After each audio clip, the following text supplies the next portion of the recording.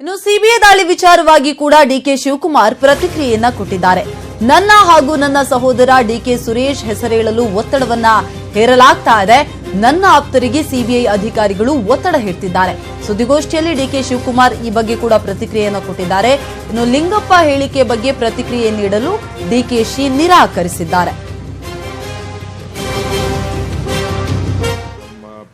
ನೋಡಿ, ಸಿಬಿಐನವರು ಯಾರೋ bank manager ಯಾರೋ ತಪ್ಪು ಮಾಡಿದ್ದಾನೆ ಅಂತೇಳಿ ಕೇಸ್ ರಿಜಿಸ್ಟರ್ ಮಾಡಿದ್ದಾರೆ.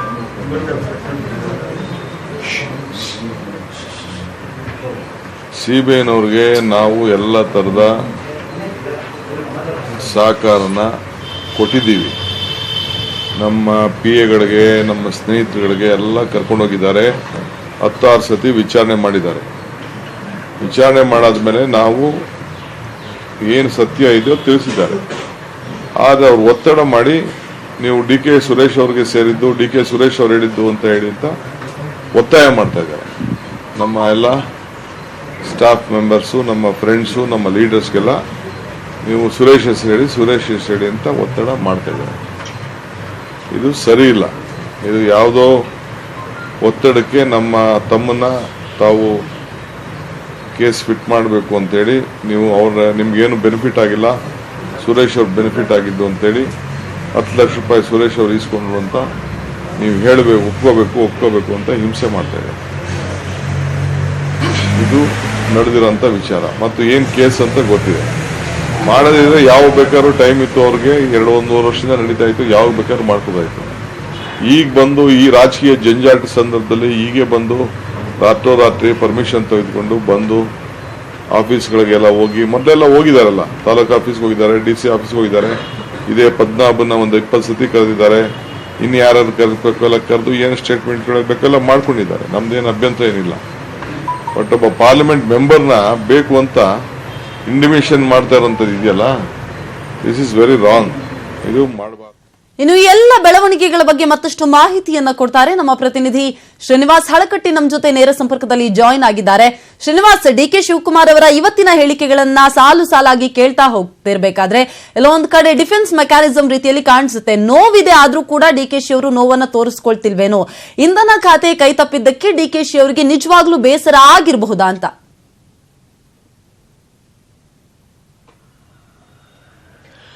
ಖಂಡಿತವಾಗಿಯೂ ಶಮೀರಾ, ಇವತ್ತಿನ ಒಂದು DK ಶಿವಕುಮಾರ್ ಅವರ ಎಲ್ಲ ಮಾತನ್ನು ಸುಮಾರು 20 ನಿಮಿಷಗಳ ಕಾಲ ಏನು ಮಾತಾಡಿದ್ರು, ಆ ಎಲ್ಲ ಮಾತುಗಳನ್ನು ನೋಡಿದಾಗ ಒಂದು ಮಾತಿನಲ್ಲಿ ಅವರಿಗೆ ಬೇಜಾರಿದೆ, ಅಸಮಾಧಾನ ಇದೆ, ಮತ್ತೆ ವಿಶ್ವಾಸದ ಮಾತುಗಳನ್ನು ಕೂಡ ಆಡಿದ್ದಾರೆ. ಮತ್ತೆ ನನ್ನ ಪಕ್ಷ ಗುರುತಿಸುತ್ತೆ, ಸೂಕ್ತವಾಗಿರ್ತಕ್ಕಂಥ ಸ್ಥಾನಮಾನವನ್ನ ಕೊಡುತ್ತೆ ಅಂತಕ್ಕಂಥ ಒಂದು ವಿಶ್ವಾಸದ ಮಾತುಗಳನ್ನು ಕೂಡ ಆಡ್ತಾರೆ.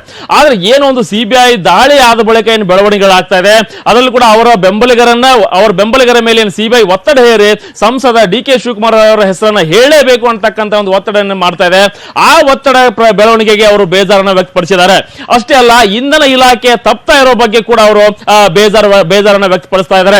ಜೊತೆಗೆ ಪಕ್ಷ ಕೂಡ ನನ್ನ ಈ ಒಂದು ಮಟ್ಟದಲ್ಲೂ ಕೂಡ ನಾನು ಎಷ್ಟೇ ಪಕ್ಷಕ್ಕಾಗಿ ಪ್ರಾಮಾಣಿಕವಾಗಿ ದುಡಿದ್ರು ಕೂಡ ಪಕ್ಷ ನನಗೆ ಸೂಕ್ತವಾಗಿರ್ತಕ್ಕಂಥ ಸ್ಥಾನಮಾನವನ್ನು ಕೊಡ್ತಿಲ್ವಲ್ಲ ಅಂತಕ್ಕಂಥ ಒಂದು ನೋವನ್ನು ಕೂಡ ವ್ಯಕ್ತಪಡಿಸಿದ್ದಾರೆ.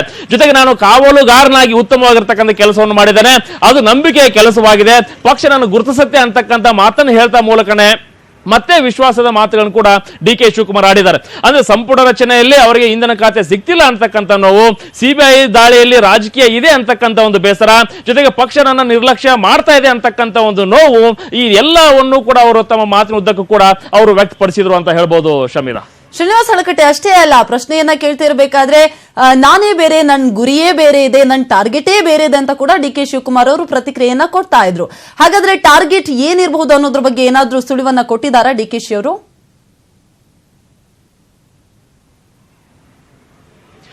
ಆ ಬಗ್ಗೆ ಏನು ಸುಳಿವು ಕೊಡದೆ ಹೋದ್ರು ಶಬೀರಾ. ಒಂದು ಅವರ ಮಾತಿನ ಅರ್ಥ ಇಷ್ಟೇ, ಅಂದ್ರೆ ಇಂಧನ ಇಲಾಖೆ ಬಗ್ಗೆ ಏನು ರೇವಣ್ಣ ಜೊತೆ ಚರ್ಚೆ ಮಾಡಿದ್ದಾರೆ DK ಶಿವಕುಮಾರ್ ಅಂತಕ್ಕಂತ ಒಂದು ಮಾತೇನಿದೆ, ಆ ಮಾತು ಅವರಿಗೆ ಸಾಕಷ್ಟು ಒಂದು ಅಸಮಾಧಾನ ತಂದಿದೆ ಅಂತ ಹೇಳ್ಬೋದು. ಅಂದ್ರೆ ನಾನು ರಾಜ್ಯ ರಾಜಕಾರಣದಲ್ಲಾಗಿರ್ಬೋದು ಮತ್ತು ಕಾಂಗ್ರೆಸ್ ನಲ್ಲಾಗಿರ್ಬೋದು ಒಂದು CM ಕ್ಯಾಂಡಿಡೇಟ್, ನಾನು KPC ಅಧ್ಯಕ್ಷ ಹುದ್ದೆಯಲ್ಲಿ ನಾನು ಇರ್ತಕ್ಕಂಥ ಒಬ್ಬ ನಾಯಕ, ನಾನು ಅದರಲ್ಲೂ ಕೂಡ HD ರೇವಣ್ಣ ಅವರಿಗೆ ಹೋಲಿಸೋದು ಎಷ್ಟು ಸರಿ ಅಂತಕ್ಕಂಥ ಒಂದು ಬೇಜಾರಿತ್ತು. ಅಂದ್ರೆ ನೀವು ಸಿದ್ದರಾಮಯ್ಯನವರ ಪರವಾಗಿ ಒಂದು ನನ್ನ ಹೋಲಿಕೆ ಮಾಡಿದ ತಪ್ಪಿಲ್ಲ, ಯಡಿಯೂರಪ್ಪ ಯಡಿಯೂರಪ್ಪ ಅವರ ಪರವಾಗಿ ನಾನು ಹೋಲಿಕೆ ಮಾಡಿದ್ರೆ ತಪ್ಪಿಲ್ಲ, ಕುಮಾರಸ್ವಾಮಿ ಅವರ ಪರವಾಗಿ ನಾನು ಹೋಲಿಕೆ ಮಾಡಿದ್ರೆ ತಪ್ಪಿಲ್ಲ.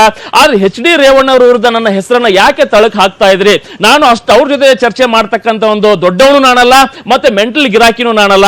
ನಾನು ಆಡ್ತಾ ಇರ್ತಕ್ಕಂಥ ಮ್ಯಾಚ್ ಬೇರೆ ಇದೆ, ನನ್ನ ಗುರಿ ಬೇರೆ ಇದೆ, ನನ್ನ ಟಾರ್ಗೆಟ್ ಬೇರೆ ಇದೆ ಅಂತ ಹೇಳೋದ್ರ ಮೂಲಕ ಅವರ ಕಣ್ಣಿರೋದು ನೆಕ್ಸ್ಟ್ ಮುಖ್ಯಮಂತ್ರಿ ಹುದ್ದೆ ಮೇಲೆ ಮತ್ತು KPC ಅಧ್ಯಕ್ಷ ಹುದ್ದೆ ಮೇಲೆ ಅಂತಕ್ಕಂಥದ್ದು ಅವ್ರ ಮಾತಿನಿಂದ ಕಂಡು ಬರ್ತಾ ಇತ್ತು. ಅಷ್ಟೇ ಅಲ್ಲ, ಏನು ಎಲ್ಲ ಬೆಳವಣಿಗೆ ವಿಚಾರವಾಗಿ ಏನು ಕಾಂಗ್ರೆಸ್ ಅವರನ್ನ ನಿರ್ಲಕ್ಷ್ಯ ಮಾಡ್ತಾ ಇದೆ ಅದ್ರ ಬಗ್ಗೆ ಕೂಡ ಒಂದು ಬೇಜಾರನ್ನ ವ್ಯಕ್ತಪಡಿಸಿದ್ರು. ಜೊತೆಗೆ ನಾನು ಕಾವಲುಗಾರನಾಗಿ ಏನೆಲ್ಲ ಮಾಡಬೇಕಿತ್ತು ಮತ್ತು ಮೈತ್ರಿ ಸರ್ಕಾರಕ್ಕೆ ನಾನು ಸಪೋರ್ಟ್ ಯಾವ ರೀತಿ ಇರಬೇಕಿತ್ತು ಅದೆಲ್ಲವನ್ನು ಕೂಡ ನಾನು ಮಾಡಿದ್ದೇನೆ. ಪಕ್ಷ ನಾನು ನಂಬುತ್ತೆ, ನಾನು ಏನೇ ಸಮಸ್ಯೆ ಇದ್ರೂ ಕೂಡ ಪಕ್ಷದ ಮುಖಂಡರ ಮೇಲೆ ಹೇಳ್ಕೊತೇನೆ. ಅದು ಬಿಟ್ರೆ ಬೇರೆ ಪಕ್ಷದ ಮುಖಂಡರ ಜೊತೆ ನಾನು ಚರ್ಚೆ ಮಾಡುವಷ್ಟು ಇನ್ನೂ ಸಣ್ಣವನಲ್ಲ ಅಂತಕ್ಕಂಥ ಒಂದು ಮಾತನ್ನು ಕೂಡ ಅವರು ಹೇಳಿದ್ರು.